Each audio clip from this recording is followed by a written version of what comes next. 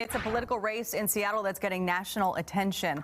Current city attorney Pete Holmes edged out in the primaries, and now two women are headed into Election Day, and they could not be more different. You have Ann Davison, a Republican, wanting support in a city packed with Democratic voters, and then there's Nicole Thomas-Kennedy, a police abolitionist, who wants to overhaul the entire criminal justice system. Fox 13 News reporter Hannah Kim interviewed both women. The rule of law has to matter to us as a civilized society. Prosecuting most misdemeanors does not result in greater safety. If there was ever a Seattle city race with two polar opposites, it is this one for city attorney. Republican Ann Davison versus abolitionist Nicole Thomas-Kennedy. You have called yourself, in your own words, law enforcement abolition anarchist. What does that mean? That's not what I said. I said I read like a law enforcement abolition anarchist. And so what does that mean? What does that read like?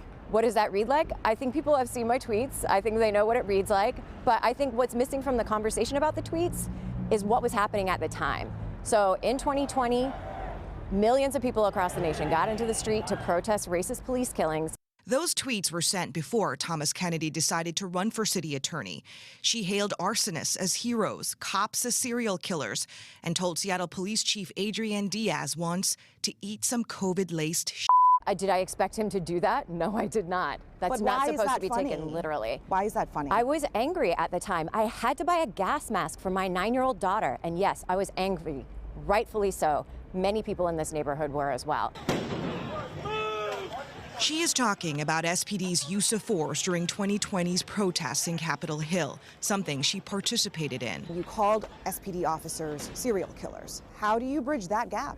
So I think we're going to have a heart-to-heart conversation. Did I say mean things on Twitter about SPD? Yes, but you said a lot on. Okay. You said a lot of. They tear gassed my neighborhood. But bridging that deep divide is an important question because the city attorney has to work with all types of employees to give out legal advice on legislation and programs. They also have to represent various departments in lawsuits. My Republican opponent is not qualified to do this job. Why is she not qualified? Because I've been the attorney of record on over 600 cases. She has done a total of 6 cases in her entire career, all more than a decade ago. The role of city attorney is not to be in court every day, which it sounds like she thinks it is. It isn't an advisory role. It is a leader, and it is to making sure we're setting the tone and direction of the law department. I frankly can't even repeat most of what she's said. I think it's so disgusting, glorifying violence.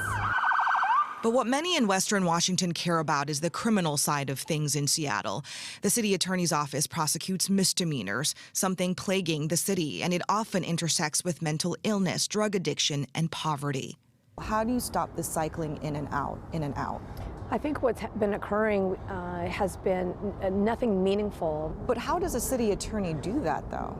How do you change that?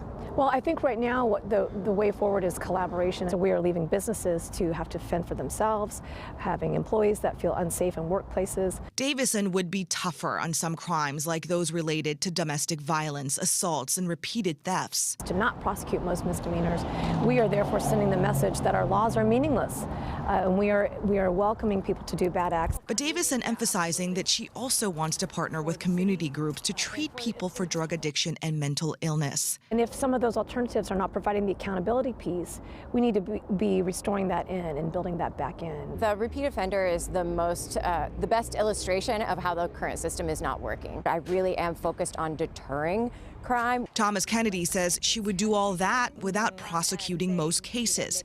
Instead of courts, community organizations would take over. How do you tell those victims that these people are not going to be held accountable? So I don't think that's what I am telling business owners or survivors. First, for survivors, by and large, most of them, and there's studies that say this, don't want longer prison sentences. What they want is to be listened to and heard and know that they're not going to be harmed again.